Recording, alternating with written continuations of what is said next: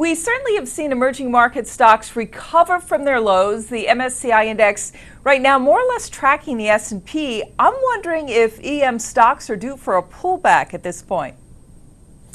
We're actually very positive for the second half of the year, and there are three factors. The first is that after 3 years of deceleration, economic deceleration in emerging markets, we actually see stability right now in most of Asia, in Eastern Europe, and in Mexico and Colombia in Latin America. And the leading indicators, consumer confidence, business confidence, are all pointing up. So we think that we've reached a trough in fundamentals.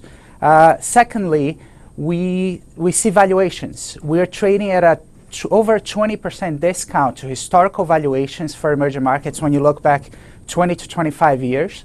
And at a 25 to 30% discount on valuations to the developed world. We think that's excessive. And finally, when we look at the institutional investor and the retail investor, we see that there is a big underweight in emerging markets. So you have that combination of improving fundamentals, cheap valuation, and an under-owned asset class, and that gets us, to a level that we feel confident on performance for the second half of the year and looking into 2015. Does that mean you think that EM will outperform the developed markets?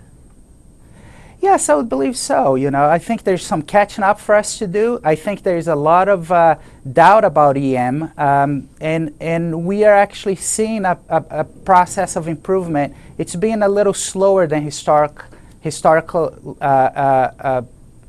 rebounds, much of the same that you've seen in the developed world.